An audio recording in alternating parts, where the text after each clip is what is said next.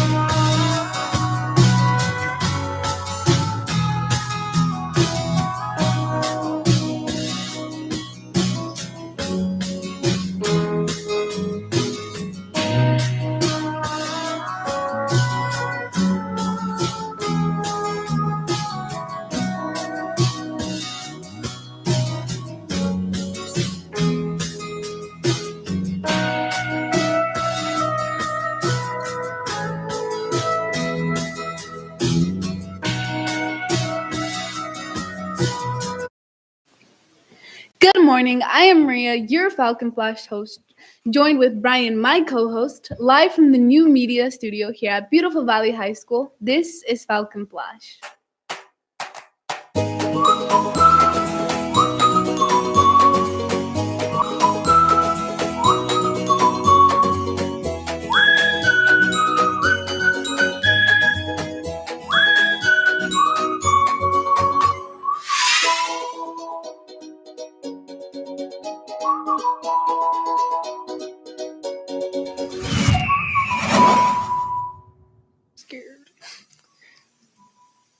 Good morning, students and staff. Today is Friday, September 13.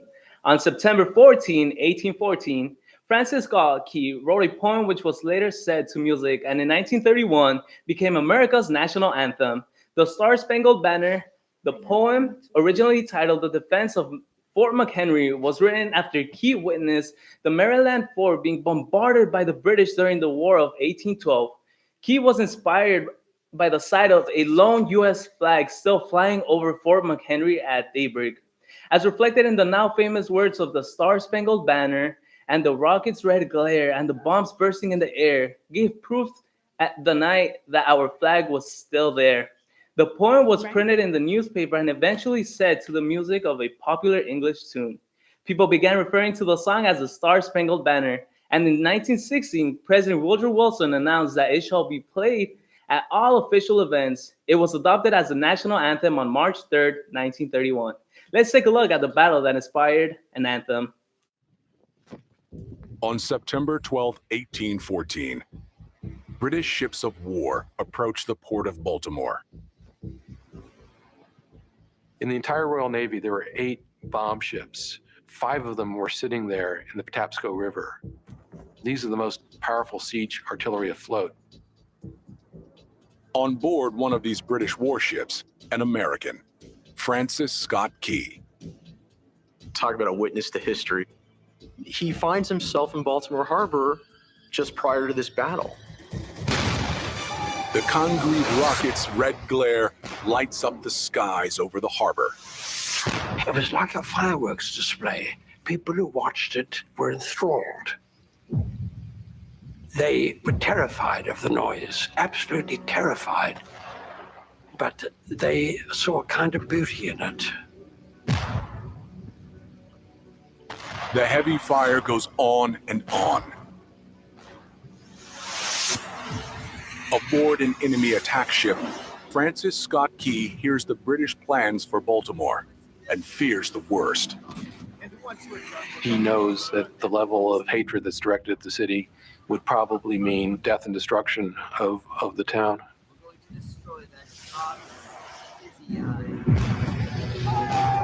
The barrage from the water is constant, and with British infantry marching on the city's borders, Key knows Baltimore's fate looks grim.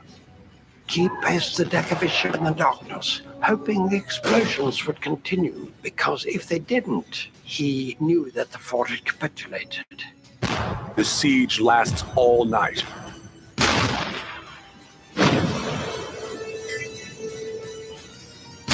As dawn nears, there is a sudden silence.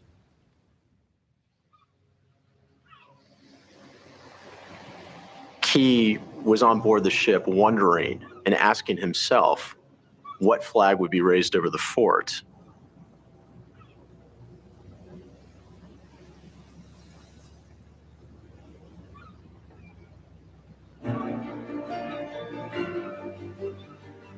The morning mist began to clear, and he made out the stars and stripes flying above the fort. The American experiment, the American nation for that moment was surviving.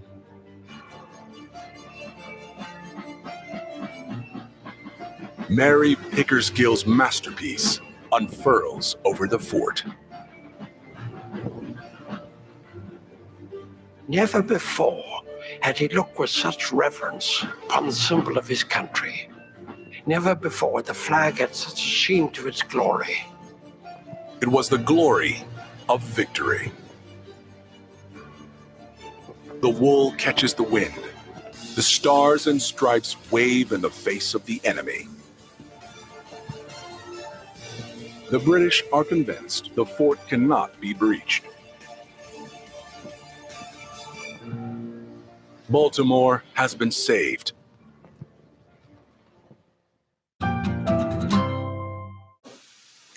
And that's your patriotic observance for today. Ms. Perez is here with us today to wrap up our week of suicide prevention tips. Ms. Perez? Thank you. Good morning, Falcons. All this week, you have been looking at how you can help prevent suicide by reaching out and saying hello. Let's review what you have learned so far. As you have learned, teen suicide and self-harm is on the rise. Please know there are adults on campus that care about you and are here to support you. If you or someone you know is in danger, please tell a trusted adult right away. If you are scared to report a case, please know that you can remain anonymous. Valley staff is here to help. You can reach out to the counseling team, your teachers, the principal and assistant principals, our safety officers, the nurse, our school psychologists, the front staff, and our custodian. Falcons, if you are in need of help outside of school hours, here are some national hotline numbers that can help you. You can also refer to the back of your student ID for these numbers. Let's review the 3 simple steps on how to identify someone in need. Number 1, see someone alone. Reach out and help. Start with a hello and act. Remember, everyone must start with a hello to make someone's day special. Thank you.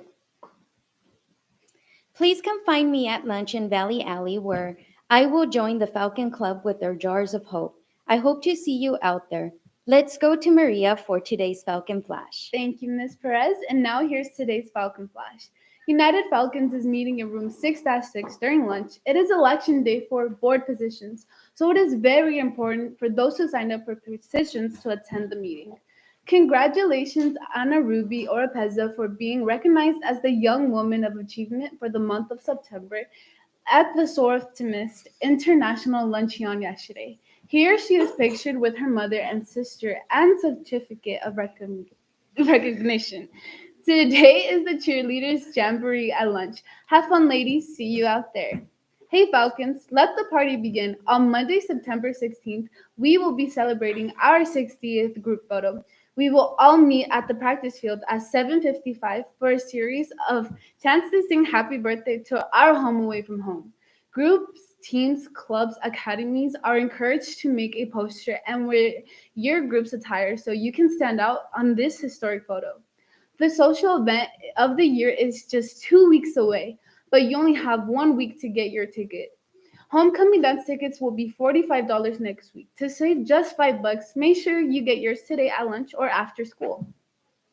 In our picture of the day, students are designing a solar power car in engineering component at their physics class. The students will be evaluating the characteristics of their cars in terms of acceleration, top speed, and efficiencies of energy transfer. Later, their cars will have to successfully make a 20 cm jump using a wrap. Thank you to Mr. Fitch for sharing this with us. If you have tomorrow's picture of the day, send it to Mr. Rosema for a chance to be featured on the Falcon Flash.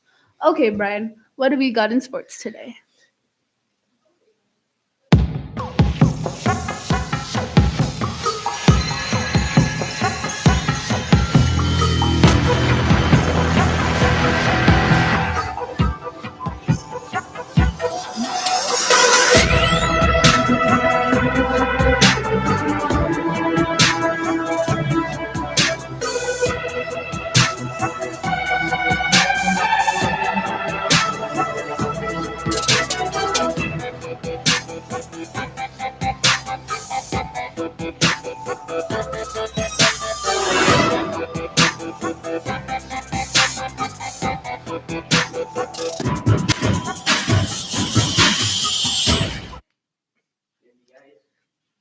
The big game against Godinez is tonight. Remember to enter on the visitor site tonight and bring your ID card because tickets are $5 with student ID and $10 without. As you know, this is our annual game to honor our military men and women. So wear your best camo and be ready to shout, stomp, and cheer on the Falcons. Here's today's Coach's Corner. About the first week, we did pretty well and come along. The second week, I don't think we played that well. I think we made some mistakes, played a pretty good team.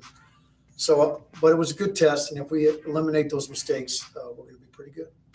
No surprises. And if we did, I wouldn't tell anybody anyways. But I think we're very ready for this week. We're very excited about the game. It's going to be a big game, and I think we're going to play very well. We're just trying to move the ball on them, score when we can.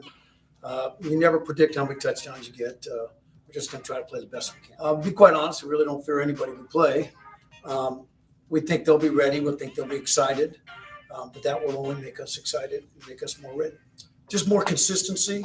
We got to be more consistent. We got to make sure that we eliminate the mistakes that we've been making. And what I like about them is we're physical, we're pretty talented, and that's a good combination to win a lot of games. Very excited. We've been wanting this game for a couple years now. 5 of our students are celebrating birthdays today, all in 9th and 10th grade.